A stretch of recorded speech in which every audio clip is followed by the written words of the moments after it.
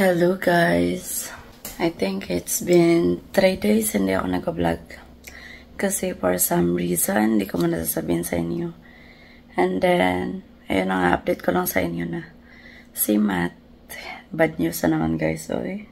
Si Matt kay, hindi na siya pwedeng pumasok sa guys, sa bagong school kung saan siya ngayon in-enroll. And I think kasi binasa ko rin yung sa ADHD. Hindi naman siya na like, hindi siya na meron siyang ADHD, but binasa ko, I think meron siyang ADHD. Kasi para sa kanya, laro lang. But hindi niya alam na meron na pala siyang nasasaktan ba. Kaya ayun, I don't know anong decision. Hindi pa kami nag-uusap ni Mihaw kasi it's been 2 days, 2 days na hindi rin kami guys. Hindi naman talaga kami masyadong nag-uusap, di ba? Kung napapansin nyo, hindi naman talaga kami nag-uusap. Nag-uusap lang kami pag tinatawag ko siya na pumanta ka rin dito sa camera. Kasi most of the time, busy man din yan siya. And then, kung hindi siya busy sa work, nasa phone din yan siya. Kung hindi sa phone, nasa toilet. Meron siyang sariling niyang mundo. Alam niyo guys, ganun na yung niya, routine. Tapos, hindi nga kami like other couple. Hindi ko naman kinukumpara, no? But, dati ko pa yan hinihingi sa kanya, like, mag-bonding kami, even once a week, mag-movie time. And then, like, meron din kaming date, kahit nag-asawa na kami, meron pa kaming dating time ba? Hindi gaya ngayon na parang, nandito kami sa isang bahay, pero parang malayo naman yung loob namin sa isa't isa, like, may sarili siyang mundo, nakikipaglaro siya, may grupo siya sa phone niya. And then, kung meron siyang, like, kahit anong ginagawa niya, guys, like, nagtatrabaho, or kaya nag-online gaming, hindi yan siya pwedeng disturbuhin. Dapat si Matt sa akin yan, ganun. Ang dami niyang mga me time. Buti pa siya maraming me time. Ako, ngayon ko lang na-realize na sobrang ko lang siguro guys. Sobrang nagbulag-bulagan ako kasi para sa akin, okay lang, nakakain naman ako. And then, walang problema. Tapos, nakakabigay ako sa parents ko. Tapos, kahit wala akong, like, perang hinahawakan na sa akin talaga. Like, yung kino-comment nyo lagi, dapat meron akong bank account. If ever kung ano yung mangyari on the future, meron akong, like, ngayon ko lang na-realize, guys, na dapat meron talaga ako, like, gaya ko dati na nandun pa ako sa Cebu. I work for 7 years. And then, walang nagkokontrol sa akin, like, kung ano yung bilhin ko, nakakabili ako. Like, that's one of the reason bakit ako nag-vlogging. Para meron din akong sariling income para hindi ako magdedepende sa kanya. But parang ganun pa rin, yung feeling ko ngayon, parang ganun pa rin. Like, I don't feel like I'm independent woman gani. Kasi every time na meron akong kailangan, nahingi pa rin ako sa kanya. Nasa totoo lang, ko rin naman yun. Pinaghirapan ko rin yun. Like, income ko rin yun, diba? Hindi nga ako natutulog. Minsan, nakakatulog ako after ko pang ma-upload yung vlog na, para meron din akong, kahit pagising ko, meron din akong kita, kahit maliit man yan or malaki man yan. Basta, meron din akong income na makikita ko, oh, hi, thank you Lord, I'm so happy. Kahit nasa bahay lang ako, kumikita pa rin ako. Yun yung inisip ko guys, bakit ako pumasok sa social media. Like, meron akong, alam niyo na, meron akong sa akin, hindi ako nakakadepende sa kanya. Like, lahat ng mga ginagawa ko, meron din akong desisyon na sa akin, like, oh, gusto kong pumunta doon. Gaya sa kanya, punta-punta lang siya kahit saan. Like, pag pumunta siya sa party, yung hindi ko man lang alam anong oras siya uuwi kasi pag tinatanong ko siya, hindi man siya like, hindi siya nagre-reply. Ewan ko, siguro na, I think happy kayo siya dito kaysa dari sa balay. Feel na ko mas happy pa siya sa iyang friendship kaysa sa mo adres balay. Yun lang yung nafe-feel ko ngayon. You're like, mas ganahan pa siya makikuyog sa iyong mga friends kaysa ako Like, mas ganahan pa siya makipag-banding sa iyong friends kaysa makikudol-kudol sa ako. Nga na ganyan akong na-feel, guys.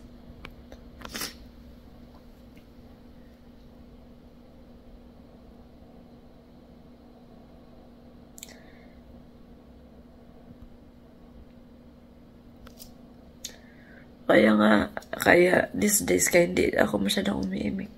Tahimik lang ako, guys. Sa kanya. Kasi pag galit ako, galit din man siya. Pag hindi ko siya kinakausap, hindi niya rin ako kinakausap.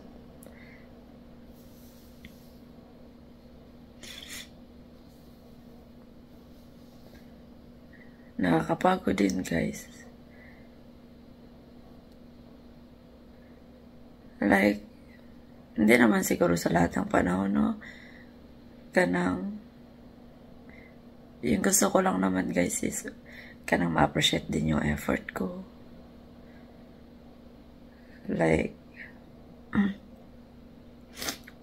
bigyan din ako ng oras na, basta guys, yun na yun.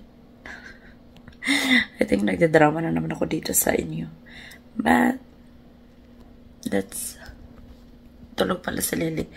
Tulog pala si Lily, guys. Tapos, sad lang din ako kasi si Matt, hindi ko alam hanggang gagawin ko sa kanya. Kailangan ko na talagang matuto ng kanilang lingwahe, guys. At saka, kailangan ko rin kailangan kong aralin lahat.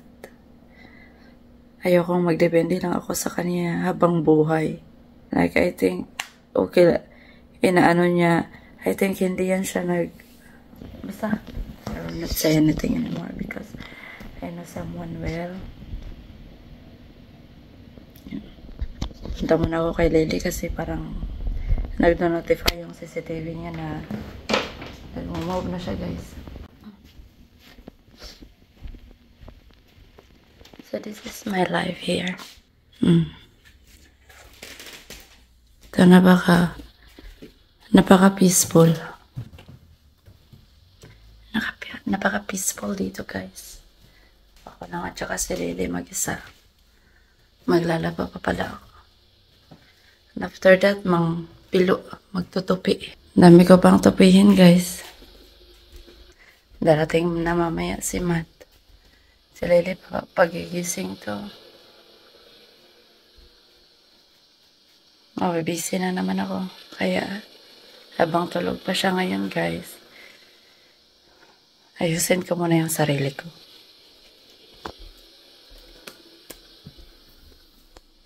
Skincare routine muna ako.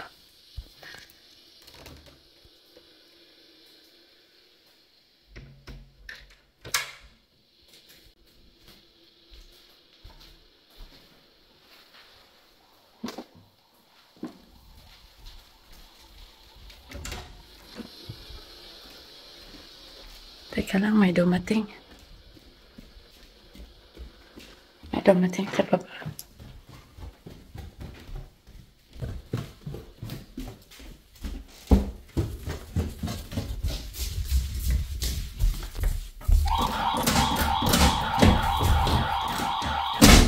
Dzień dobry. Dzień dobry. Za 100. A, poczekaj. 39. Czekaj. Can I try? Okay. Okay. Okay. Dziękuję. There will be a pin? Okay. The code, yes? I have pin. Okay. 1 second. Maybe there's no need. Sometimes. Okay. We need the Okay. pin. Okay, number. Look out because the numbers are Oh my jumping. God. Oh, it's jumping. I will delete first. Wait like this. Maybe I Okay. type it correctly. Dumating na yung order ko, guys. Bumili ako bumili ako para sa aking diba, guys, hindi ko nasabi sa inyo na malapit na pala yung birthday ko, tapos in-orderan ako ni Mihaw ng photoshoot. Tapos kailangan ko ng mga ganitong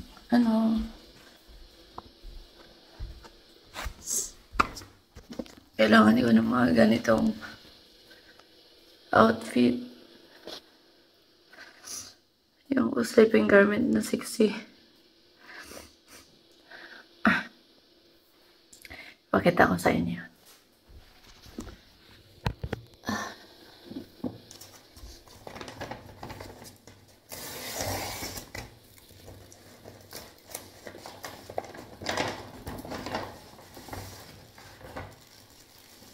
Ito siya, guys.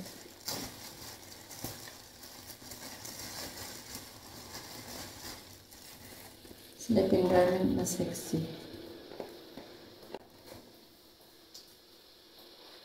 Pastilan ulit. My goodness, parang sobrang. Wait lang, guys. I-check ko muna. Check ko muna. Ang laki niya, ay ang liit niya dito, guys. But okay lang naman siguro siya. Ayan. May panty pala siya. Ayan,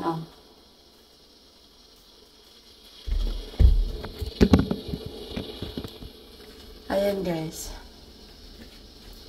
Sakto na siya kasi last time man. Ganang, ito gana. Malaki yun, medium. XS na naman yung in-order ko.